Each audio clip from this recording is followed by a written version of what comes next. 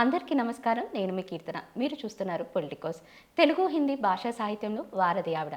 తులనాత్మక సాహిత్యంలో పరిశీలన భాగమై ఇరు భాషలలో ప్రావీణ్యం పొంది తెలుగు రాష్ట్రాల్లో రచయితగా నిలిచారు. అలాగే ఇటీవలే ఆంధ్రప్రదేశ్ ప్రభుత్వం వారిచే అందుకున్నారు ఉగాది పురస్కారం. నేటి మన అతిథి అయినటువంటి డాక్టర్ ఇనగంటి లావణ్య గారితో మనం ముఖాముఖి. మరి ఆమెని పరిచయం చేసుకుంటూ ఈనాటి కార్యక్రమాన్ని మొదలు పెట్టేద్దాం. నమస్తే మేడం. నమస్తే కీర్తన, ఎలా ఉన్నారు? బాగున్నానమ్మా. ముందుగా మీకు అభినందనలు తెలియజేస్తున్నాను. ఇటీవలే మీరు ఉగాది పురస్కారాన్ని అందుకున్నారు. Thank you. సో అమ్మ, జనరల్గా మీరు మాకు తెలుసు, ఇతిహాసాలు, పురాణాలు, రామాయణాలు ఇవన్నీ కూడా చెప్తూ వచ్చారు. పొలిటికోస్ వీక్షకులు కూడా మీరు పరిచయస్తులే. కాకపోతే మీ గురించి తెలుసుకోవాలనుకుంటున్నాం. మీ విద్యాభ్యాసం కానీ, మీ బాల్యం కానీ ఎలా గడిచింది? నా విద్యాభ్యాసం బాల్యం అంటే 3 ప్లేసుల్లో జరిగింది. మొదటగా గుంటూరు జిల్లా తెనాలి తాలూకాకి దగ్గరలో ఉన్నటువంటి పల్లెటూరు అయిన అమృతులూరు, అక్కడ నేను పుట్టాను. ఓకే. కొంతవరకు అంటే ప్రైమరీ స్కూల్ వరకు విద్యాభ్యాసం అక్కడ జరిగింది.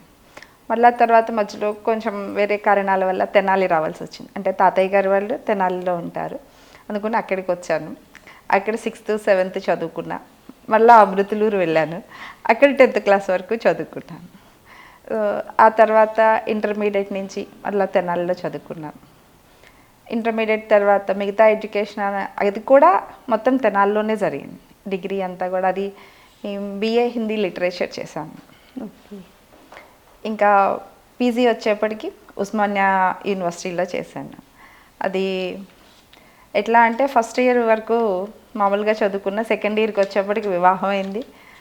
వివాహం అయిన తర్వాత ఇంకా హైదరాబాద్ వచ్చేయటం, ఉస్మానియాలో MA హిందీ సెకండ్ ఇయర్ చదవడం, ఆ తర్వాత MPhil PhD. సో మా పిల్లలిద్దరు వాళ్ళు స్కూల్కి వెళ్ళడానికన్నా ముందు ఉస్మానియా యూనివర్సిటీకే వచ్చారు. నేను MPhil చేసేటప్పుడు మా అబ్బాయిని తీసుకుని MPhil చదువుకున్నాను. అప్పుడు మా అబ్బాయిని రోజు కాలేజ్కి యూనివర్సిటీకి తీసుకెళ్ళేదాన్ని నాతో పాటు. ఆ తర్వాత PhDకి మా అమ్మాయిని. ఇలా పిల్లలిద్దరూ నా పరిశోధనలో వాళ్ళు కూడా భాగమైపోయారు.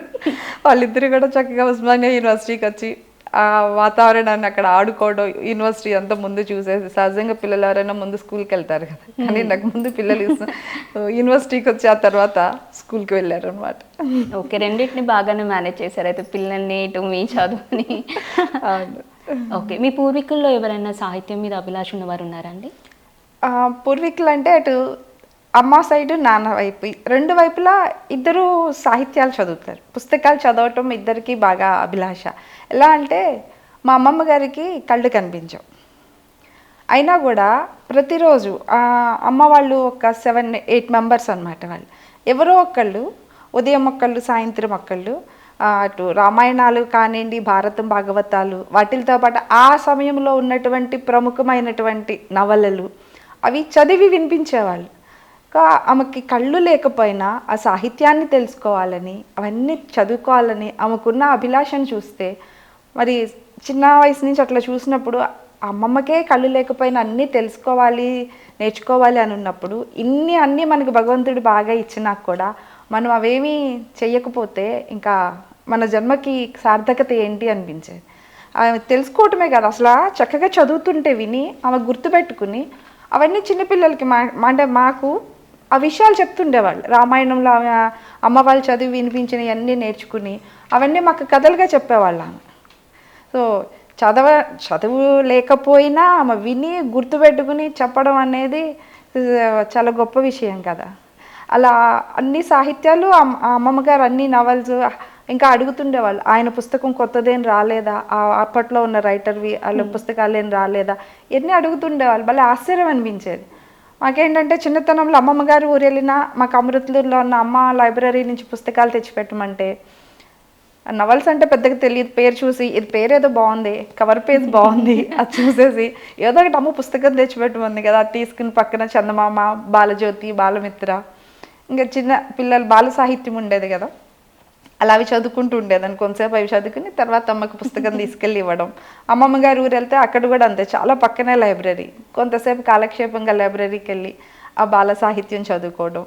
అలా ఇంటి వాతావరణం నుంచి అలవాటైంది. ఇంకా తాతయ్య గారు నాన్న వైపుకి వస్తే, మా తాతయ్య గారు ఆయన కూడా తెలుగు ఉపాధ్యాయులు. ఆయన ఓ. ఇది అప్పట్లో. ఓకే.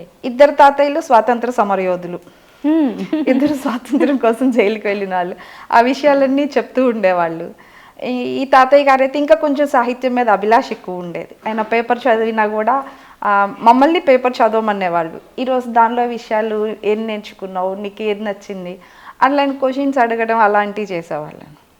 ఇంకా ఆయనైతే ఉదయాన్నే 4ంటికి లేచి భగవద్గీత ఈరోజు రాత్రి ఒక 2 శ్లోకాలు చదువుకుని పడుకుంటారు. ఉదయాన్నే లేచి ఆయన రాత్రి చదువుకుని అంటే మొట్టమొదటి శ్లోకం నుంచి ఆ రోజు రాత్రి ఏ శ్లోకం వరకు అయితే చదువుకుని పడుకున్నారో అవన్నీ పొద్దున్నే మళ్ళీ చదివేవాళ్ళు అనమాట ఆయన. సో మాకు ఇంక అలారం పెట్టుకునే పని లేకుండా తాతయ్య గారు భగవద్గీత చదువుతున్నారంటే 4 లేచేవాళ్ళు. అంటే ఆయన చదివే విధానాన్ని ఇలా చదువుకుంటే మనకు చదువుకుంది కూడా గుర్తుంటుందని. ఒక స్కూళ్ళలో అప్పట్లో కంపల్సరీ వ్యాసరచన పోటీలు, డిబేట్లు అవన్నీ ఉండేవి. కంపల్సరీ పార్టిసిపేట్ చేయాల్సిందే. మేము చేయకపోతే తాతయ్య గారు ఊరుకునేవాళ్ళు. అంటే ఒక రకంగా మాట్లాడడం, నలుగురు ముందు మాట్లాడడం అనేది తాతయ్య గారు నన్ను ప్రోత్సహించారు. స్కూల్లో తప్పనిసరిగా చేయాల్సిందే నువ్వు. ఆ మ్యాటర్ కూడా కొంచెం ఇంట్రడక్షన్ లాగా కొంచెం ఇచ్చి దాని గురించి నువ్వే రాసుకో అనేవాళ్ళు. నువ్వు రాసి అప్పుడు చదివి వినిపించు, నేనేమన్నా తప్పులు ఉంటే కరెక్షన్ చేస్తా. మేము చదువుకునే టైంలో అంటే ఇండిపెండెన్స్ డేకి ఆ టైంలో ఆ వ్యాసరచనలు కానీ డిబేట్ కానీ అవే ఇచ్చేవాళ్ళు. ఆ టాపిక్స్ రాయాలంటే మళ్ళీ వాళ్ళే చెప్పాలి, పెద్దగా తెలిసేది కాదు. కొంచెం ఇంట్రడక్షన్ ఇచ్చేవాళ్ళు, ఆ సమయంలో అలా ఉంది. ఎందుకంటే వాళ్ళు ఆ పీరియడ్ అంతా చేసి వచ్చేవాళ్ళు, స్వాతంత్ర సమరయోధులు కదా ఇద్దరు. ఇట్లా ఇట్లా ఉండేది అప్పుడు పరిస్థితులు, అవన్నీ అప్పుడు కాకపోయినా అంతకుముందు విని ఉండడంతో ఎంతో కొంత ఊహించి కొంత రాయడం, దాన్ని మళ్ళీ చదివి వినిపిస్తే అలా కాదని ఇంకేదైనా కరెక్షన్స్ చేయడం. ఆ విధంగా చిన్న వయసులో కొంత రచనకి బీజం అయితే పడింది అన్నమాట. పుస్తకాలు అయితే ఇంకా 2 వైపులా అందరూ పుస్తకాలు బాగా చదువుతారు, సాహిత్యం దాని మీద చర్చించుకునేవాళ్ళు. ఈ పుస్తకంలో అంటే ఈ నవల ఇలా ఉంది, ఇలా కాకుండా ఇలా ఉంటే బాగుంటుంది, వాళ్ళ అభిప్రాయాలని. ఇప్పుడు మనం కనుక సినిమా చూస్తే ఎలా రివ్యూస్ ఉండే, వాళ్ళు అప్పుడు పుస్తకాల మీద రివ్యూస్ చెప్పుకునేవాళ్ళు అమ్మ వాళ్ళు. సో పెద్దమ్మలు వాళ్ళందరూ అవన్నీ వింటుంటే అండ్ వినటానికి బాగుండేది. ఇట్లా చేస్తారు కాబోలు, ఒక పుస్తకం చదివితే ఇలా రివ్యూ చేసుకుంటారు, అలా ఇంకా ఆశ్చర్యంగా అనిపించేది. ఇంకా ఏంటంటే అప్పట్లో ఆడవాళ్ళు పుస్తకాలు చదవడం అనేది చాలా తక్కువగా ఉండేది. కొన్ని పుస్తకాలు అయితే మా పెద్దమ్మ గారు అమ్మ వాళ్ళు చెప్తుండేవాళ్ళు, మగవాళ్ళు బయటికి వెళ్ళిపోయి వాళ్ళ పనులు చూసుకుని వాళ్ళు వచ్చేలోపు వీళ్ళు ఆ పుస్తకం చదువుకోవడం చేసేవాళ్ళు. అంటే వాళ్ళకి అంత వెసులుబాటు లేకపోయినా, పనులు ఎక్కువగా ఉండి అంత వెసులుబాటు లేకపోయినా కూడా వాళ్ళకి సాహిత్యం మీద ఉన్న అభిలాషతో అంత పుస్తకాలు చదువుకోవడం అన్నీ ఇచ్చేస్తున్నారు. మనకు అన్ని వెసులుబాట్లు ఉన్నప్పుడు అంటే దాని నుంచి వాళ్ళు సంపాదించుకునే జ్ఞానాన్నే కదా వాళ్ళు మాకు ఇచ్చింది. వాళ్ళ ఆ జ్ఞానాన్నే మాకు పంచారు. మరి మేము మా తర్వాత తరం వాళ్ళకి కూడా ఇవ్వాలి కదా, మా పిల్లలకి వాళ్ళకి. అంటే అప్పుడు మేము కూడా చదివితే ఎంతో కొంత పుస్తకాలు చదివితేనే మన జ్ఞానం సంపాదించుకోగలిగేది. అలా పుస్తకాలు చదవడం, సాహిత్యం వైపు అభిలాష అది అలా ఎక్కువ వచ్చేసింది. ఓకే. చిన్నప్పుడు వ్యాసరచన పోటీలో అక్కడ నుంచి స్టార్ట్ అయింది, బీజం అక్కడే పడింది అని అనుకోవచ్చు. సో పూర్తి స్థాయిగా రచనలు ఎప్పుడు స్టార్ట్ చేయడం జరిగింది? అండ్ మీరు కూడా ఎన్నో రచనలు చేశారు కాబట్టి ఆ రచనల గురించి కూడా వివరిస్తారు. పూర్తి స్థాయి రచనలు అంటే నాకు పిహెచ్డి చేసేటప్పటి నుంచి మొదలైంది. ఓకే. ఎందుకంటే ఏదో ఒక కాలేజ్లో సెమినార్స్ అలా జరుగుతూ ఉంటాయి. ఆ సందర్భంగా వచ్చినప్పుడు తెలుగుకి సంబంధించింది ఒకటి రాయమన్నారు మేడం. అంటే ఉస్మానియా యూనివర్సిటీలో అన్ని ప్రాంతాల వాళ్ళు ఉంటారు, కొంచెం తెలుగు వాళ్ళు తక్కువ. అప్పుడు ఉమ్మడి ఆంధ్రప్రదేశ్ కదా, అయినా మా హిందీ డిపార్ట్మెంట్కి వచ్చేప్పటికి తెలుగు వాళ్ళు తక్కువగానే ఉంటారు, వీళ్ళ మీద లెక్క పెట్టచ్చు అన్నమాట. సో ఇలా 2 సాహిత్యాలు తెలిసిన వాళ్ళు, 2 భాషలు తెలిసిన వాళ్ళు ఉస్మానియా యూనివర్సిటీలో తక్కువ ఉండడంతో మేడం తెలుగుకి సంబంధించింది ఒకటి కొంచెం రాయమన్నారు. సరే రాసి మేడంకి ఇచ్చాను. ఇది చూసి ఇంత చక్కగా రాస్తున్నావు కదా లావణ్య, రచనలు ఎందుకు చేయకూడదు, మంచి మంచి హిందీ కథలు అవి ఉన్నాయి, తెలుగులోకి అనువాదం చేయొచ్చు కదా అన్నారు. అలా మేడం ప్రోత్సాహంతో మా ప్రొఫెసర్ గారు మాణిక్యాంబ మేడం, ఆమె ప్రోత్సాహంతో తెలుగులో కొన్ని కథలు రాశాను. ప్రేమచంద్ గారి కథలు, అలాగే ఇంకా హిందీలో ప్రముఖ రచయిత్రుల కథలని తెలుగులోకి అనువాదం చేస్తే అవి భూమిక పత్రికల్లో ప్రింట్ అయింది. అక్కడి నుంచి వాళ్ళ దగ్గర నుంచి కూడా మంచి రెస్పాన్స్ వచ్చింది. ప్రతి నెల ఒక కథ రాసి పంపించండి అని వాళ్ళు అడగడం. అలా చేసినాక మేడం అన్నారు, తెలుగులో రాస్తున్నావు కదా, కొంచెం హిందీలో కూడా ప్రయత్నం చేయొచ్చు కదా. హిందీలో కూడా మన సాహిత్యానికి సంబంధించి వాళ్ళే అలా ఒక చిన్న చిన్న ఆర్టికల్స్ లాగా అలా హిందీ పత్రికలకి రాసి పంపించడం అలా జరిగింది. ఇంకా మేడం లేదు చక్కగా రాస్తున్నావు కదా లావణ్య, పుస్తకాలు రాస్తూ ఉండమ్మా అని అలా ప్రోత్సహించారు. అది ఏమైందంటే అప్పట్లో పిహెచ్డి అయిపోయినాక జాబ్ ఇంటర్వ్యూలకి వెళ్తే మా అమ్మ వాళ్ళ ఇంటి పేరు నార్ల, నాన్నగారి ఇంటి పేరు. సో ఎవరైనా కానీ వెళ్ళగానే నార్ల వెంకటేశ్వరరావు గారి గురించి చెప్పమ్మా అనేవాళ్ళు. ఓకే. ఏంటంటే ఆయన ఆంధ్రజ్యోతి ఫౌండర్, చాలా ఫేమస్ జర్నలిస్ట్. సో ఆయన తెలియని వాళ్ళు జర్నలిజంలో ఉండరు అనమాట. ఆయన చాలా మందికి రోల్ మోడల్గా ఉండేవాళ్ళు. ఆయన గురించి చెప్పమని అడిగేవాళ్ళు. ఆయన గురించి కొంత తెలుసు, నాకు అసలు తెలియకుండా లేదు, కొంత తెలుసు. లేదు ఎక్కడికి వెళ్ళినా ఆయన గురించి అడుగుతున్నారు, అందులో ఆ ఇంటి పేరు ఉన్నప్పుడు నేను ఇంకా తెలుసుకోవాలి ఆయన గురించి, నాకు తెలియని విషయాలు ఇంకా చాలా ఉంటాయి కదా అని ఆయన మీద పరిశోధన చేయడం మొదలుపెట్టి అంతా చేసిన తర్వాత ఒక పుస్తకం రాయొచ్చు కదా, ఆయన మీద మంచి పుస్తకం లేదు. సో అంత పెద్ద అంటే జనరల్గా పత్రిక వీళ్ళంటే ఎలా ఉంటారు, పేపర్ల వరకే పరిమితం అవుతారు. ఆయన అలా కాకుండా ఆయన సాహిత్యంలో కూడా ఆయనకి మంచి భాగస్వామ్యం ఉంది, మంచి మంచి రచనలు చేశారు ఆయన.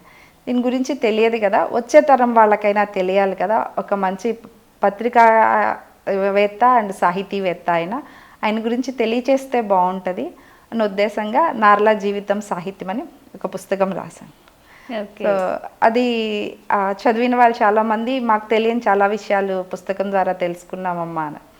తర్వాత ఆయన పుస్తకాలు చదువుతున్నప్పుడే అనిపించింది అనమాట, ఆయనే రాశారు పుస్తకంలో, మన గురించి మన ప్రాంతం వాళ్ళకి చెప్పుకోవటం అనేది చాలా మామూలు విషయం, మన వాళ్ళ గురించి పక్క వాళ్ళకి తెలియాలి కదా, అంటే పక్క రాష్ట్రం వాళ్ళకి, మన భాష వాళ్ళకి కాకుండా మిగతా భాష వాళ్ళకి కూడా తెలియాలి కదా, అలా తెలియజేయడం మన బాధ్యత కదా, మన గురించి మనమే రాసుకుని మన ఇంట్లో మనమే కూర్చుంటే ఎట్లా, మన సాహిత్యం గురించి కానివ్వండి, మన భాషలో ఉన్నటువంటి ప్రముఖుల గురించి పక్క రాష్ట్రం వాళ్ళకి, పక్క భాషలకి, మిగతా భాషలకి తెలిస్తే చాలా బాగుంటుంది అని ఆయన రాసిన పుస్తకాల్లో చదివి అప్పుడు అనిపించింది, సరే నాకు 2 భాషలు వచ్చు కదా, నేను మరి రెండిట్లోనూ నా రచనలు చేయొచ్చు కదా, ఈయన గురించి హిందీ వాళ్ళకు కూడా తెలియచేద్దాం అని ఆయన గురించి హిందీలో కూడా పుస్తకం రాశారు. ఓకే. అంటే మీరు అన్నట్టు మన గురించి ఇతర వాళ్ళకు కూడా తెలియాలి, ఇతర రాష్ట్రాలకు కూడా తెలియాలి అని అన్నారు కాబట్టి ఫస్ట్ బుక్ నార్ల నారాయణరావు గురించి మీరు రాశారు కాబట్టి ఆ తర్వాత వచ్చిన అప్రిసియేషన్ కానివ్వండి, మీరు తీసుకున్నటువంటి అంటే ఒక బుక్ రాయాలి, అది కూడా ఒక జీవిత చరిత్ర, ఆయన గురించి రాయాలంటే ఎంతో కష్టపడి ఉంటారు కదా, అది మీ మొదటి రచయిత లైక్ పిహెచ్డి చేసిన తర్వాత అన్నారు. సో ఎంత కష్టపడ్డారు మేడం ఆ బుక్ రాయడానికి, ఎన్నేళ్ళు పట్టింది అంటారు, ఆర్ఎల్స్ ఎన్ని రోజులు పట్టింది పూర్తిగా? అంటే నాకు ఆయన పుస్తకాలే చాలా ఉన్నాయి, ఇంచుమించుగా ఆయన 10 పార్ట్స్లో ఉన్నాయి ఆయన పుస్తకాలు. అవన్నీ చదవడానికే 1 సంవత్సరం పాటు పట్టింది. ఇంట్లో చిన్న పిల్లలు, వాళ్ళని చూసుకుంటా ఈ పనులు చేస్తూ ఉండాల్సి వచ్చేది. చదివి అంతా అయిపోయినాక ఎలా రాయాలి అని ఒక ఆలోచన వచ్చి అంతా రాసేటప్పటికే నాకు ఒక 3 years టైం పట్టింది ఆయన గురించి అంతా అంటే ఆయన గురించి తెలిసిన వాళ్ళు పెద్ద పెద్ద వాళ్ళు ఉండొచ్చు, మా తరం వాళ్ళకి, వచ్చే తరం వాళ్ళకి తెలియదు కదా. సో తెలిసిన వాళ్ళని డిసప్పాయింట్ చేయకూడదు, తెలియని వాళ్ళకి ఈయన ఇంత గొప్ప వ్యక్తి అయిన ఆదర్శంగా తీసుకోవాలి అన్న ఉద్దేశంగా కొంచెం టైం తీసుకుని, అందులో మొదటి పుస్తకం రాసేది ఎట్లయినా మరి మొదటిది అనేటప్పటికి కొంచెం పని కూడా ఎక్కువ చేస్తాం కదా, అలా కొంచెం ఎక్కువ శ్రమ పడాల్సి వచ్చింది. ఓకే. అంటే తులనాత్మక సాహిత్యంలో మీరు స్త్రీవాదం అనే దాని మీద పరిశోధన చేసి దాన్నే ఎంచుకోవడం జరిగింది. సో దానికల్లా కారణం చెప్తారా, అంటే ఎందుకు స్త్రీవాదాన్ని ఎంచుకున్నారు? స్త్రీ అంటే ఇక్కడ 2 విషయాలు ఉన్నాయి మనకి. తులనాత్మక సాహిత్యం ఎందుకు తీసుకోవాల్సి వచ్చిందంటే, ముందు ఉస్మానియా యూనివర్సిటీలో ఇలా 2 భాషలు తెలిసిన వాళ్ళు తక్కువ మంది ఉంటారు. అది ఆంధ్ర ప్రాంతం అయి ఉండి మన తెలుగు భాష, అలాగే ఇంకొకటి అది ద్వితీయ భాషగా ఉండేటువంటి హిందీ చదువుకుని ఉండి, ఈ 2 భాషా సాహిత్యం వచ్చి ఉన్నవాళ్ళు తక్కువ మంది. యూనివర్సిటీలో కూడా ఇప్పటి వరకు పరిశోధనల్లో 2 భాషల్లో పిహెచ్డీలు చేసిన వాళ్ళని వేళ్ల మీద లెక్క పెట్టచ్చు. బహుశా నాకు తెలిసినంత మట్టి వరకు ఇలా తులనాత్మక సాహిత్యంలో ఆఖరి పిహెచ్డి నాదేనే. ఎందుకంటే చేసేవాళ్ళే కాదు, చేయించే వాళ్ళు కూడా కావాలి. దానికి మాకు గైడ్గా ఉండేటువంటి వాళ్ళు కూడా, వాళ్ళకి కూడా 2 భాషలు వచ్చిన వాళ్ళు ఉన్నారు. అలాంటి అవకాశం నాకు వచ్చింది. 2 భాషలో 2 సాహిత్యాలని పోల్చడం, సాహితీవేత్తల్ని పోల్చడం అనేది చాలా గొప్ప విషయం కదా అనిపించింది. తెలుగు అంటే చిన్నప్పటి నుంచి చదువుకుని ఉండడం, ఆ సాహితీ ప్రక్రియల గురించి తెలుసు. నేను హిందీ చదువుకున్నప్పుడు ఇది హిందీలో ఉంది, మనకు తెలుగులో లేదు. అయితే తెలుగులో లేదంటే తెలుగులో ఇంకొకటి ఏదో ఉండుంటుంది కదా, అలా వాటిని పరిశోధన చేయడం. అంటే ఇది తెలుగులో ఉంటే హిందీలో ఏముంది, ఇవన్నీ ఇలా సాహిత్యం మీద తులనాత్మక చేయడం అలవాటైంది. దీని తర్వాత స్త్రీవాదం అని అంటే సహజంగా మాకు యూనివర్సిటీల్లో రీసెర్చ్ పరిశోధన అంశాలుగా ఏమి ఇస్తారంటే సామాజిక జీవనం ఎలా ఉంది, ఒక రైటర్ ఇచ్చేసి ఆయన నవల్లో సామాజిక జీవనం ఏంటి, లేకపోతే కుటుంబ జీవనం ఏంటి, ఆయన సమాజాన్ని ఎలా ఉత్తేజపరిచారు, అట్లాంటి విషయాలే వింటుంటే చాలా కామన్గా అనిపించింది. నేను పిహెచ్డి గైడ్గా ఉన్న మేడం అడిగారు, ఎలా చేయాలనుకుంటున్నావు అన్నారు. లేదు మేడం, అందరూ చేసినట్టుగా కాదు, ఒక ప్రత్యేకమైనటువంటి విషయం మీద పిహెచ్డి చేయాలనుకుంటున్నాను. అందరిలాగా ఈ సామాజిక జీవనం గురించి, కుటుంబ జీవితాల గురించి కాదు, అది అందరి థీసెస్లో నాది ఒక థీసెస్ లాగా అయిపోతుంది. అలా కాదు, నాకు ఒక ప్రత్యేకమైన విషయం కావాలి. అది ఇప్పటివరకు ఎవరు చేసి ఉండకపోవచ్చు, ఇక్కడ చేసి ఉన్నా ఇబ్బంది లేదు, బట్ ఒక కొత్త విషయం కావాలి. ఎవరన్నా ఇన్ ఫ్యూచర్లో ఎవరైనా చేయాలనుకున్నా ఈ పుస్తకం రిఫరెన్స్గా ఉపయోగపడాలి. అందరూ చేసే విషయం వద్దు, కొత్త విషయం ఇవ్వండి అని అడిగి. అయితే ఇట్లా చేస్తావా స్త్రీవాదం, అందులో అప్పుడు కొంచెం ట్రెండింగ్లో ఉన్న టాపిక్ కూడా అనమాట, దళితవాదం, స్త్రీవాదం, మైనారిటీ వాదం, అవి అప్పుడు సమాజంలో బాగా ట్రెండింగ్లో ఉన్నాయి. వీటిలో చేస్తామా స్త్రీవాదం మీద, ఇలా 2 భాషల్లో చేసిన వాళ్ళు లేరు, తులనాత్మక సాహిత్యంలో స్త్రీవాదం మీద చేద్దాం, ఆ రెండింటి గురించి తెలుసుకున్నట్టు ఉంటుంది కదా అని మేడం అంటే సరేనండి నేను ఒప్పుకున్నాను అనమాట. ఓకే, అంటే స్త్రీవాదం మీద పరిశోధన చేసిన మీరు ఉన్నట్టుండి సడన్గా ఇట్లా ఆధ్యాత్మిక వైపు వచ్చేసారు, వాటిపైన రచనలు చేశారు. మరి దానికి గల కారణాలు ఏంటి? ఇటు రావడానికి ఎవరైనా ప్రేరేపించారా, మీరే చేయాలనిపించిందా? ఇలా ప్రేరేపించడం అని కాదు, నార్ల గారి పుస్తకం చదివేటప్పుడు, రాసేటప్పుడు ఆయన జాబాలి, సీతమాట కొన్ని పుస్తకాలు ఉన్నాయి ఆయన, అంటే హేతువాది అనమాట ఆయన పుస్తకాలు చదివాను. అలా భగవద్గీత మీద ఆయన రాసిన కొన్ని ఇవి చదివాను. కాకపోతే అక్కడక్కడ కొన్నిసార్లు అనిపించింది అనమాట, ఆయన మూలం చదవలేదేమో. అంటే విమర్శించారు ఆయన ఎక్కువగా, ఆయన విమర్శల్ని తీసుకుని ఈ పుస్తకాలు చదవడం మొదలుపెట్టాను. ఇంకొక విషయం ఏంటంటే, మాకు హిందీలో భక్తి సాహిత్యం అనేది ఒక పేపర్ మేము పీజీ చేసుకునేటప్పుడు. సో ఆ విధంగా భక్తి సాహిత్యంలో తులసీదాస్ది రామచరిత్ మానస్ ఒక సబ్జెక్ట్, మాకు ఒక ఎగ్జామ్లో ఒక పేపర్గా ఉండేది. అదంతా చదివాను. అవును, హిందీలో రామచరిత్ మానస్ అంటే ఇంత గొప్పగా ఉంది, తెలుగులో అసలు ఎవరు రామాయణం రాయలేదా? రాసే ఉంటారు కదా, దీనికన్నా ఇంక గొప్పగా మన దానిలో ఏం లేవా మన తెలుగు భాషలో, అలా చూద్దాము. ఈ తులనాత్మక సాహిత్యంలో ఉన్నాను కదా పిహెచ్డి, అలా ఆ వైపుకి అడుగు వేయటం జరిగింది. సో వాల్మీకి రామాయణం చదవటం, మిగతా రామాయణాలు చదవటం, ఒకదాన్ని ఒకటి పోల్చుకోవటం, ఇవన్నీ చేస్తుండగా నాకు తెలియకుండా అడుగులు. ఒక పక్క ఆయన విమర్శించారు, ఎందుకు విమర్శించారు ఆయన అంటే ఆయన కోణంలో ఏంటి, నా కోణంలో ఏంటి, అలా చదువుతూ ఇటు వైపుకి వచ్చేసాను అనమాట. అంటే నా ప్రమేయం లేకుండానే వచ్చాను అనుకోవచ్చు. ఇంకొకటి ఏంటంటే, మాకు పీజీలో మొట్టమొదటి క్లాసు రామ్కి శక్తి పూజ, ఎంఏలో మాకు మొట్టమొదటి క్లాస్ అది మాణిక్యాంబ గారు చెప్పారు. ఆమె చెప్పిన విధానం చాలా బాగుంది. చెప్పినప్పుడు ఆ రాముడికి వైపు ఉన్నటువంటి కొన్ని లక్షణాలకి దానికి అప్పుడు అట్రాక్ట్ అయ్యాం. సో తర్వాత మళ్ళీ చదువుదాం అనుకుంటే కొంత బ్రేక్ రావడం, పిల్లలు అట్లా ఇంకా అనుకోకుండా ఈ తులనాత్మక సాహిత్యంలోకి వచ్చినప్పుడు దాన్ని చదువుతా. ఈ ఫెమినిజంలో మేము అంటే వేదకాలం నుంచి తీసుకుని పరిశోధన చేసాం. ఆ వేదకాలం నుంచి తీసుకుని పరిశోధన చేస్తున్నప్పుడు రామాయణంలో ఇవి కూడా వచ్చినాయి. పిహెచ్డి పరిశోధన అంతా సబ్మిషన్ అయిపోయిన తర్వాత మళ్ళీ అప్పుడు అది మధ్యలో కొంత చేశాం కదా, దాని గురించి ఇంకా చదువుదాము అని అనిపించి ఇటు పక్కకు రావడం ఇవన్నీ. అంటే దీనిలో కూడా ఆధ్యాత్మికమే కానీ మన సంస్కృతి గురించి, మన ఆచార వ్యవహారాల గురించి అన్నీ ఉన్నాయి దానిలో. ఒక మనిషిని వ్యక్తిత్వ వికాసం ఈ పుస్తకాల్లో రామాయణ భారత భాగవతాల్లో ఉన్నట్లు ఎక్కడుందండి? మనం ఇవాళ కౌన్సిలింగ్ ఇచ్చేటువంటి వీళ్ళందరూ ఇంచుమించుగా అవి చదివిస్తున్న వాళ్ళే కదా. అంటే ఏ పుస్తకం తీసుకున్నా ఒక మంచి వ్యక్తిత్వ వికాసానికి అవి ఎలా తోడ్పడతాయి అనేది వాటి దగ్గర నుంచే అనిపించింది. ఆ విధంగా వాటి మీద ఇంకా చదవడం ఇంట్రెస్ట్ ఎక్కువైంది. అలా చదువుతూ వాటి గురించి రాయడం, అందులో కూడా సాధక బాధకాలు ఉండడం. ఇప్పుడు సీతమ్మ వారి గురించి కానివ్వండి, ఊర్మిళ, మండోదరి, రామాయణం కథగా వాళ్ళు చూస్తే బాగుంటుంది. కానీ వాళ్ళ మనసులోకి వెళ్ళి చదివితే చూస్తే కొంతసేపు వాళ్ళ బాధలు, వాళ్ళు అంటే ఇవాళ ఉన్నటువంటి అమ్మాయిలను కానీ అందరం ఏమనుకుంటాం, అబ్బా మనకే చాలా కష్టాలు అని. కానీ వాళ్ళతో పోల్చుకుని చూస్తే మనది అసలు ఒక కష్టమే కాదు కదా అలా అనిపించడం. ఇవన్నీ అలా వచ్చేసింది సాహిత్యంలో ఇదిలో ఉండడం. ఓకే, ఇటు ఆధ్యాత్మికత, మళ్ళీ ఇక్కడ రాజకీయం, సమకాలీన రాజకీయాల పైన కూడా మీరు రచనలు చేస్తున్నారు ఇప్పటికీ. సో దీనిపైన అసలు ఆసక్తి ఎలా కలిగిందండి మీకు? అదే చెప్పాను కదా, నార్ల గారు మన వాళ్ళ గురించి మనం బయటకు చెప్పాలి అనేవాళ్ళు కదా, చెప్పాను కదా ఇందాక. అదే విషయంతో పాటు మాకు ఇంచుమించుగా ప్రతి సంవత్సరం వేరే రాష్ట్రాల్లో సెమినార్లు ఉండే, వాళ్ళు ఇన్వైట్ చేసేవాళ్ళు. ఒక తెలుగు భాష, ఒక కన్నడ, అట్లా అందరినీ పిలిచేవాళ్ళు అనమాట. ఇలా వెళ్తూ ఉన్నప్పుడు మీరు ఎక్కడి నుంచి వచ్చారు అంటే హైదరాబాద్ అనేవాళ్ళు.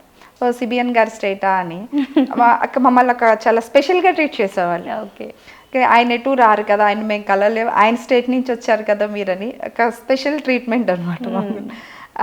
దాంతోపాటు వాళ్ళు కూర్చుని ఇక్కడ ఆల్మోస్ట్ నేను పూనా వెళ్ళాను, శాంతినికేతన్కి వెళ్ళాను, బనారస్ యూనివర్సిటీకి వెళ్ళాను, లక్నో వెళ్ళిన ప్రదేశాలన్నింటిలో ఎక్కడికి వెళ్ళినా వాళ్ళు ఆయన గురించి చెప్పరా అని చాలా ఇంట్రెస్ట్గా అడిగి ఇచ్చేసేవాళ్ళు. ఇంచుమించు నేను పెళ్లి చేసుకుని హైదరాబాద్కి వచ్చిన టైంలోనే చంద్రబాబు గారు కూడా సీఎం అయ్యారు. అన్నీ చూస్తూ పెరిగాం. ఎట్లా అంటే సాహిత్యకారులకి ఒక దృష్టికోణం ఉండాలి. మేము రీసెర్చ్ చేసేటప్పుడు మాకు ఎంఫిల్ పిహెచ్డీలో చెప్పింది ఏంటంటే, మా సార్లు సాహిత్యం మీద చదువుతున్నారంటే ఒక్క సాహిత్యమే కాదు, ఆ కాలంలో ఉన్నటువంటి సామాజిక, రాజకీయ, ఆర్థిక పరిస్థితులు అటన్నిటి మీద పూర్తిగా మీకు అవగాహన ఉండాలి అని. అలాగే ఇప్పుడు మీరు ఏ కాలాన్ని చదువుతున్నా ఆ కాలానికి సంబంధించినటువంటి అన్ని విషయాల మీద మీకు పూర్తి అవగాహన ఉండాలి.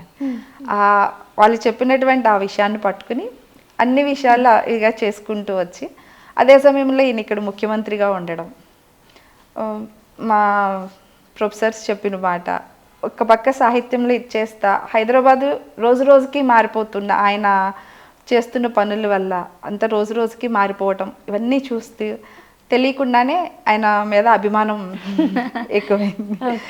అంటే ఒక్కది విషయం అనే కాదు, సహజంగా ఎవరైనా 1 సంవత్సరం 2 సంవత్సరాల వరకు ముందుకు వెళ్ళి ఆలోచించగలుగుతారు. కానీ ఆయన ఒక తరం ముందుకెళ్ళి ఆలోచించగలుగుతారు. ఆ ఆలోచించే విధానం నాకు బాగా నచ్చింది. అలాగే ఇంకోటి ఏంటంటే, రాజకీయ నాయకులకి మాట తొందరపాటు ఉంటుంది, కానీ ఆయన ఎప్పుడు ఎక్కడ తొందరపడి ఒక మాట తూలరు. సో నాకు రామాయణం చదువుతా, రామాయణంలో నేను నేర్చుకుంది కూడా అదే, అంటే ఎలా మాట్లాడాలి అనేది అది ఆయనలో కనిపిస్తూ ఉంది. ఇంకొకటి, ఇప్పుడు మీరు వెళ్ళినా నేను వెళ్ళినా ఇంకా చిన్నపిల్లలైనా ఏదన్నా వాళ్ళకి తెలిసిన ఒక ఆలోచన కానీ ఏదన్నా ఉంటే ఆయనతో చెప్తే ఓపిక్గా వింటారు. చిన్నపిల్లలు వీళ్ళకేం తెలుసు, వీళ్ళు చెప్తే వినాలా అన్న ఉద్దేశం ఉండదు ఆయన. ఇట్లాంటి ఆయనలో ఉన్న కొన్ని లక్షణాలు వైపు ఆకర్షితులే.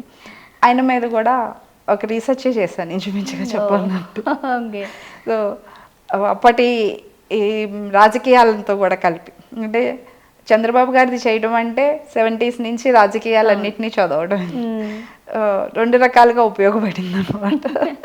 అన్ని పరిశోధన పెద్ద ఫ్యాన్ అనుకోవచ్చు.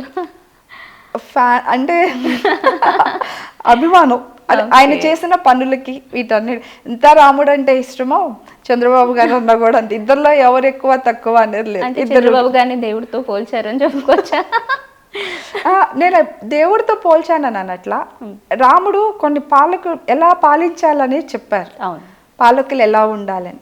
ఆయన చెప్పినటువంటి లక్షణాలు కొన్ని బాబుగారిలో కనిపించినాయి నాకు. సో అందుకని అంటే ఇటు రామాయణం చదవడం అన్నిటి ఎక్కువైనప్పుడు అవి చదివేటప్పుడు అలాంటి పాలకులు మనకి ఎవరైనా ఉన్నారా, అసలు వాళ్ళు ఎవరైనా పరిపాలిస్తున్నారా, ఇలా చూడటం, అది కూడా ఒక దృష్టికోణంగా ఇంకొక చూడటం అలవాటయ్యి కంపేర్ చేస్తూ అలా చూస్తూ ఉండేదని. ఈయనలో ఆయన లక్షణాలు కొంతవరకు కనిపించాయి నాకు. అందుకే శ్రీరామచంద్ర రాజ్యం అని పుస్తకం రాశాను. అంటే రాముల వారి పరిపాలనని, ఆయన చెప్పిన పాలనా లక్షణాలు ఎలా ఉండాలి అనేది అలా బాబు గారు తెచ్చారు. రెండింటిని కంపేర్ చేస్తా, బహుశా ఎవరు చేస్తున్నారు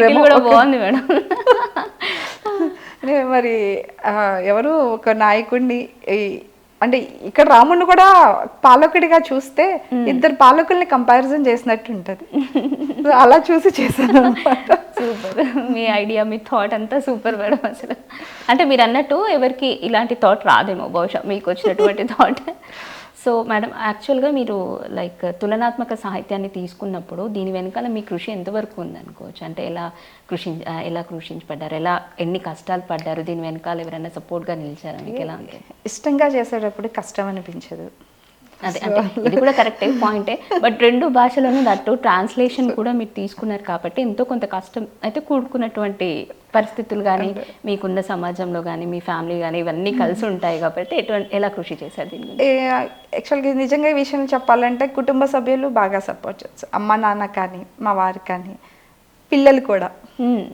వాళ్ళిద్దరుగా చిన్న పిల్లలైనా, అమ్మాయి చిన్నప్పుడు నేను పిహెచ్డి చేస్తూ ఉండేదాన్ని. తను తీసుకుని వెళ్ళడానికి అందులో మా పాప ప్రీమెచ్యూర్డ్ అనమాట. సో తన మీద కొంచెం కేర్ ఎక్కువ తీసుకోవాల్సి వచ్చేది. అదే టైంలో నాకు పిహెచ్డి సబ్మిషన్ టైం కూడా దగ్గరికి వచ్చింది. ఒక 1 ఇయర్లో ఇంకా సబ్మిట్ చేసేయాలి. అప్పటి వరకు రఫ్ వర్క్గా చాలా చేసుకుని ఉన్నాం కానీ దాన్ని పేర్ చేయడం, మధ్య మధ్యలో సెమినార్స్కి అటెండ్ అవ్వాలి, అవి ఇవ్వాలి, ఇవన్నీ వర్క్ ఉండేది. అటు అమ్మ నాన్న హెల్ప్ చేసేవాళ్ళు. ఏదో పని ఉందమ్మా, ఇలా యూనివర్సిటీకి వెళ్ళాలి, లేకపోతే ఇలా లైబ్రరీకి వెళ్ళాలి అంటే అమ్మ నాన్న వచ్చి చూసుకుంటుండేవాళ్ళు. ఈ మాకు ఉస్మానియాలో కన్నా ఎక్కువ పుస్తకాలు సెంట్రల్ యూనివర్సిటీలో దొరికాయి. ఇంకా మా వారితో ఏమండి ఇలా సెంట్రల్ యూనివర్సిటీకి వెళ్ళాలి, అక్కడ బుక్స్ కావాలి అంటే ఆయన దింపేసేవాళ్ళు. అయిపోయి నాకు ఆ దగ్గరలో ఉంటే వచ్చి తీసుకొస్తానని అలా ఆయన దింపడం తీసుకురావడం. ఈవెన్ ఉస్మానియా యూనివర్సిటీలో కూడా కాలేజ్కి అది వెళ్తున్నప్పుడు, బాబుని తీసుకెళ్తున్నప్పుడు ఎక్కువ భాగం ఆయన దింపడం తీసుకురావడం అవన్నీ చేసేవాళ్ళు. ఒక్కొక్క రోజు తను పనిమా అనుకుని ఏదైనా ఎగ్జామ్ కానీ ఇంకా సెమినార్ అలా ఉంటే బాబుని పెట్టుకుని తను ఉండేవాళ్ళు యూనివర్సిటీలో. అలా మరి పిల్లలు వాళ్ళు అంటే మరి చిన్నపిల్లలప్పుడు ఇవి చేయటం, పరిశోధనలు చేశాను. ఆ తర్వాత చదువుకునేటప్పుడు పుస్తకాలు రాసేటప్పుడు అది వాళ్ళతో పాటు కూర్చొని చదువుకుంటుంటే అమ్మ ఏంటి ఈ వయసులో కూడా అమ్మ చదువుకుంటుంది అని వాళ్ళకి కూడా ఒక అభిలాష, అమ్మ మాతో పాటు వాళ్ళు చదువుకుంటే అమ్మ మేము చదువుకుంటున్నాం, నువ్వు కూడా మాతో పాటు చదువుకోవడానికి వస్తావా, ఇలా అడిగేవాళ్ళు అనమాట. బాబు అయితే వాడు 3rd 4th క్లాస్ చదివేటప్పుడు పిహెచ్డి చేస్తుంది. అమ్మ అయిపోయిందా నువ్వు చదువుకోవటం, నాతో పాటు చదువుకోవడానికి వస్తావా అని అడిగేవాడు. ఓకే, తనతో పాటు కొంచెం సేపు కూర్చొని చదువుకోవడం. ఏంటంటే అమ్మ కూడా చదువుకుంటుంది, నేను కూడా బాగా చదువుకోవాలి, ఈ వయసులో కూడా అమ్మ ఇంత కష్టపడుతుంది, మా ఫ్రెండ్స్ అమ్మలు ఎవరు చేయట్లేదు, వాళ్ళకి కూడా ఒక ఆదర్శంగా ఉండిపోయాను అనమాట. అంటే మాకంటూ మేము ఒకటి సాధించాలి, అమ్మలాగా మాకంటూ మేము ఒక గుర్తింపు తెచ్చుకోవాలి అని నేను చెప్పకుండానే వాళ్ళ మనసుల్లో ఒక ముద్ర పడిపోయింది. అలాగే ఇప్పటికీ ఏదైనా పుస్తకం రాస్తున్నానంటే పిల్లలిద్దరూ చాలా సహాయం చేస్తారు. ఆ కవర్ పేజ్లో మంచి ఫోటోలు వెతకడం, అదే దాన్ని డిజైన్ చేసి పెట్టడం, ఏది బాగుంటుందని నేను చెప్పడం, మా అమ్మాయి అబ్బాయి ఇద్దరు దానిలో బాగా చేస్తారు. ఇంకా మా వారేమో కొంచెం పుస్తకాలు చదివే అలవాటు తక్కువ ఉన్నా అప్పుడప్పుడు చదువుతూ ఉంటారు. కానీ మిగతా బయటకు వెళ్ళి నాకు ఇలా ఈ మెటీరియల్ కావాలి, ఇక్కడికి వెళ్ళాలి, వీళ్ళని కలవాలి అంటే ఆయనకి ఎన్ని పనులున్నా మానుకుని అవన్నీ తీసుకెళ్ళడం, చేయడం అన్నీ చేస్తారు. వాళ్ళతో మాట్లాడి పలానా వాళ్ళని కాంటాక్ట్ చేస్తే వాళ్ళ అపాయింట్మెంట్ దొరుకుతుందండి అంటే అలా కాంటాక్ట్ చేసి వాళ్ళని తీసుకెళ్ళడం. అంటే నేను ఎంఫిల్ చేసేటప్పుడు నా ఎంఫిల్ రైటర్ సంజీవ్ గారు, ఆయనని మా ప్రొఫెసర్ గారు ఇంటర్వ్యూ చేస్తే బాగుంటుందమ్మా అన్నారు. ఏమండి సార్ ఇలా అన్నారు ఎక్కడ ఉంటారు అన్నారు. కలకత్తా నుంచి 6 hours అండి అన్న. సరే ఆయన అపాయింట్మెంట్ తీసుకో, నేను తీసుకెళ్తాను. సో అక్కడికి ఆయన దగ్గరికి తీసుకెళ్ళి ఆయన ఇంటర్వ్యూ చేసి అంతా వచ్చు. తర్వాత ఇక్కడ ఫెమినిజం అయినప్పుడు తెలుగులో స్త్రీవాదం మీద చేసేటప్పుడు ఒల్గా గారి దగ్గరికి తీసుకెళ్లారు. ఇంకా అట్లా 2-3 రచయితల దగ్గరికి తీసుకెళ్ళడం అని ఆయన బిజినెస్ పనులు కొంచెం పక్కన పెట్టుకుని మరి ఈ పనుల్లో ఇలా హెల్ప్ చేసి పెడుతుండేవాళ్ళు అనమాట. సూపర్, సార్ కూడా సూపర్. అయితే ఇంట్లో అందరి సహకారాలు ఉన్నాయి. అమ్మ వాళ్ళ దగ్గర నుంచి నన్ను కన్నవాళ్ళు, నేను కన్నవాళ్ళు అందరూ నాకు మంచిగా సహాయ సహకారాలు అందించారు. ఇవాళ నేను ఇలా ఉన్నానంటే వాళ్ళందరి సహకారం. ఓకే, ఇప్పుడు స్త్రీవాదంలో తెలుగు, హిందీ 2 భాషల్లో కనుక మనం చూసుకున్నట్లయితే ఏ భాషలో ఎక్కువ విస్తృతత చెందిందని మీరు భావిస్తున్నారు? విస్తృతం అంటే తెలుగులో ఎక్కువ ఉందనుకోవాలి. అంటే మన భాష కాబట్టి చెప్తున్నామని కాదు. ఎలా అంటే 2 చోట్ల వాతావరణాలు వేరు. మనకి తెలుగులోకి వచ్చేప్పటికి కొంత చదువుకుని ఉండడం, విద్యా విధానం కొంత ఉంది మనకి నార్త్ సైడ్ వాళ్ళతో పోల్చుకుంటే. ఇంకా మన దానికి వచ్చేప్పటికి మనకున్న సమస్యలు వేరు. అంటే మన వాళ్ళు కూడా ఏం చేశారంటే కొంత పురుష ద్వేషం వైపు వాళ్ళు అడుగులు వేశారు. అండ్ మన సమస్యల్ని కొంతవరకు చూపించారు. కానీ ప్రతిదానికి కారణం మగవాళ్ళే అన్నట్లుగా మన స్త్రీవాదంలో వచ్చింది. హిందీ వాళ్ళ దగ్గరికి వచ్చేటప్పటికి వాళ్ళకున్న మనకన్నా సమస్యలు వాళ్ళకి ఎక్కువ నిజం చెప్పాలంటే. కానీ వాళ్ళ సమస్యలకి పరిష్కారం అంటే స్త్రీ ఇంట్లో కానీ సమాజంలో కానీ అన్ని చోట్ల ఎలా సమస్యలకు గురవుతుంది అనేది ఇద్దరూ తీసుకున్నారు, ఇద్దరూ రాశారు. కానీ ఆ రాసిన విధానంలో కానీ చివరికి ఇచ్చిన కంక్లూషన్స్లో కానీ వేరియేషన్స్ ఉన్నాయి. మన వాళ్ళు ఏంటంటే ఆడవాళ్ళు ఇండిపెండెంట్గా ఉండాలి, ఓకే కాదని అనం, ఇండిపెండెంట్గా ఉండాలి, అన్ని విషయాల్లో స్వేచ్ఛ కావాలి. స్వేచ్ఛే మన వాళ్ళు ఎక్కువగా కోరుకున్నారు. స్వేచ్ఛ స్వాతంత్రం తెలుగు వాళ్ళు ఎక్కువగా కోరుకున్నారు. వాళ్ళు స్వేచ్ఛ స్వాతంత్రం కన్నా అంటే వాళ్ళకున్న పరిస్థితులు, హిందీ వాళ్ళకున్న పరిస్థితులను బట్టి వాళ్ళకున్న అసలు పెద్ద పెద్ద సమస్యలకి పరిష్కారం వెతుక్కుని వాళ్ళు ముందుకెళ్ళడం, వాళ్ళకంటే ఒక గుర్తింపు తెచ్చుకోవటం అలా ఇచ్చేశారు. కొన్ని విషయాల్లో మనది నచ్చిన, కొన్ని విషయాల్లో హిందీ వాళ్ళది బాగున్నాయి అనిపించింది. మనది ఏంటంటే ఒక పెద్ద కెరటం వచ్చినట్టు వచ్చేసింది మన దానిలో స్త్రీవాదం. వాళ్ళకి అక్కడ చిన్నగా వచ్చింది, ఇప్పటికీ అలా చిన్నగానే ఉంది. ఆఖరిగా మేడం మీకు వచ్చినటువంటి పురస్కారాలు కానివ్వండి, బిరుదుల గురించి కానీ చెప్తారా? పురస్కారాలు అంటే ఇప్పుడు ఏ యూనివర్సిటీకి వెళ్ళినా ఆ యూనివర్సిటీలో మేము ఎక్కువగా తెలుగు సాహిత్యానికి సంబంధించే చెప్పేవాళ్ళు. ఎందుకంటే మన తెలుగులో ఉన్న సాహితీ ప్రక్రియలు వేరు, వాళ్ళకి అవి తెలియదు. కాబట్టి దాని గురించి, మన సంప్రదాయాల గురించి, మన రచయిత్రుల గురించి ఎట్లా అంటే మనకున్నట్టు శ్రీశ్రీ చలం వాళ్ళకి లేరు, వాళ్ళకు ఉండేవాళ్ళు మనకి లేరు. అలాగా మహాదేవి వర్మ హిందీలో కొంతమంది ఫేమస్. అంటే ఏ భాషకి ఎవరిదైనా అక్కడున్న వాళ్ళ సామాజిక రాజకీయ ఆర్థిక పరిస్థితులను బట్టే ఒక సాహితీకారులు రావటం అనేది ఉంటుంది. అట్లా ఉండేది. వాళ్ళకి సంబంధించిన ఇవన్నీ చెప్తూ ఉండేవాళ్ళం. వాళ్ళకి నచ్చి వాళ్ళు అక్కడ సన్మానించి పురస్కారాలు ఇవ్వటం. ఏక్య భారతికి వెళ్తే అక్కడ పూనాలో శాంతినికేతన్ వాళ్ళందరూ ఇచ్చారు. అలా ఇక్కడ మనకు వచ్చేప్పటికి ఘంటసాల వాళ్ళు ఇచ్చారు, మన ఆంధ్రప్రదేశ్ ప్రభుత్వం వాళ్ళు ఇచ్చారు. ఇంకా చాలామంది భక్తి రాముడికి సంబంధించి ఒక సంస్థలు నడుపుకుంటున్న వాళ్ళు రామాయణం గురించి చెప్పమని, అయితే హనుమ గురించి అలా చెప్పమని పిలిచి వాళ్ళు పురస్కారాలు ఇచ్చిన ఇది ఉన్నాయి. ఇలా అదొక లిస్ట్ లాగా అయిపోతూ ఉంటాయి. ఇంకా ఇవన్నీ అవే. ఇంకా ఓకే. అంటే మేడం ఇప్పటివరకు మీరు ఎన్నో రచనలు చేశారు కదా, సో మీకు ఇష్టమైన రచన ఏది? అండ్ ఆల్సో మీరు స్టార్టింగ్ నుంచి ఇప్పటి వరకు రాసిన రచనల్లో ఎవరు ఎక్కువగా స్ఫూర్తిని తీసుకొని రాయడం జరిగింది? అన్ని రచనలు ఇష్టమే, ఇష్టంతోనే ఏదైనా రచన చేస్తాం కదా. నాకు మొదటిది నార్లా జీవితం సాహిత్యం. అదే పుస్తకం హిందీలో పత్రికార్ నార్లా వెంకటేశ్వరరావు. ఇక తర్వాత రామమార్గం, రామాయణంలో చిన్న కథలు, చాలీసాలో హనుమ అద్భుత దర్శనం, కలో వెంకటనాయక, అలుపెరగని యోధుడు చంద్రబాబు. అలాగే ఇది హిందీలో నిరంతర ప్రగతికే పత్ పర్ చంద్రబాబు. హిందీలో మొట్టమొదటి పుస్తకం చంద్రబాబు గారు మీద, సో నేనే రాశాను. దాని తర్వాత సిబిఎన్ అభివృద్ధి రథసారథి, బాబుగారి పాలనలో బయటకు రాని వాస్తవాలు, శ్రీరామచంద్ర రాజ్యం, స్త్రీవాది కవిత, తెలుగు సాహిత్యమే స్త్రీవాది కవిత హిందీలో, ఆకాష్ కే ఆధాబాగ్, సుందర సత్య, అలా ఇవన్నీ హిందీలో రాశాను అనమాట. ఓకే. వీటితో పాటు భక్తి సాహిత్యం, తెలుగు और హిందీ సాహిత్యమే భక్తి సాహిత్య, తెలుగు और హిందీ సాహిత్య కోశ్.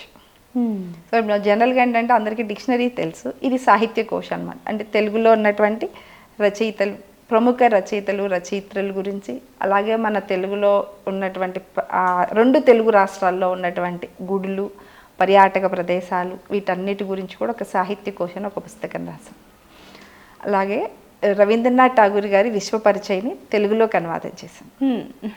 ఇంకా హిందీ కూడా కాదు, బెంగాల్లో ఒక ప్రముఖ రచయిత్రి ఆమె పుస్తకాన్ని ఆమె హిందీలోకి రాశారు, దాన్ని తెలుగులోకి అనువాదం చేశాను, ఇంకా ప్రింటింగ్కి ఇవ్వాలి, లావణ్యాదేవి. ఓకే. వీటితో పాటు ప్రేమ్చంద్ గారి కథలు ఇవన్నీ తెలుగులోకి అనువాదం చేయటం, అలా మన చలం గారి కథలు కానీ, ఇంకా తెలుగులో వాసిరెడ్డి సీతాదేవి గారి అలాంటివన్నీ హిందీ వాళ్ళకి అనువాదం చేసి వాళ్ళ పత్రికలకి ఇవ్వడం అలా చేస్తూ వచ్చాం. అంటే ప్రతి పుస్తకం ఇష్టంతోనే రాస్తాం. అంటే అన్నీ ఇష్టమే. ఒకటి రాసేటప్పుడు ఇంకొకటి కొత్తగా రాయాలి, ఇప్పటి వరకు ఎవరు రాయింది, ఒక కొత్త విషయాన్ని నలుగురికి అందించాలి, ఆ ఉద్దేశంగానే పుస్తకాలు రాయటం జరుగుతూ ఉందన్నమాట. అంటే మీరు ఇప్పటి వరకు ఎన్నో రచనలు చేశారు కాబట్టి మున్ముందు కూడా ఇంకొన్ని రచనలతో మా ముందుకు రావాలని, అలాగే ఇలాంటి పురస్కారాలు బిరుదులు కూడా ఎన్నో అందుకోవాలని కోరుకుంటున్నాం madam. Thank you for your time. Thank you. చూసాం కదండి ఇరగంటి లావణ్య గారి ఇంటర్వ్యూ. ప్రత్యేకంగా ఆవిడ రాసిన పుస్తకాల గురించి కూడా విన్నాము. ఒక పక్క ఆధ్యాత్మికత, ఒక పక్క స్త్రీవాదం, ఒక పక్క సమకాలీన రాజకీయ అంశాలపైన కూడా ఇప్పటికీ రాస్తూనే ఉన్నారు. ఎన్నో భాషలు లైక్ హిందీ, తెలుగులో రాశారు. అండ్ బెంగాలీది హిందీకి రావడం అండ్ హిందీది ఇప్పుడు తెలుగులో కూడా అనువదించడం జరిగింది. అతి త్వరలో ఆ బుక్ కూడా మన ముందుకు రాబోతుంది. ఎవరైనా చదవని వాళ్ళు ఉంటే ఆవిడ రాసినటువంటి రచనలు తీసుకొని హ్యాపీగా చదివేయండి. ఏమైనా డౌట్స్ ఉన్నా కూడా మేడం అందుబాటులో ఉంటారు.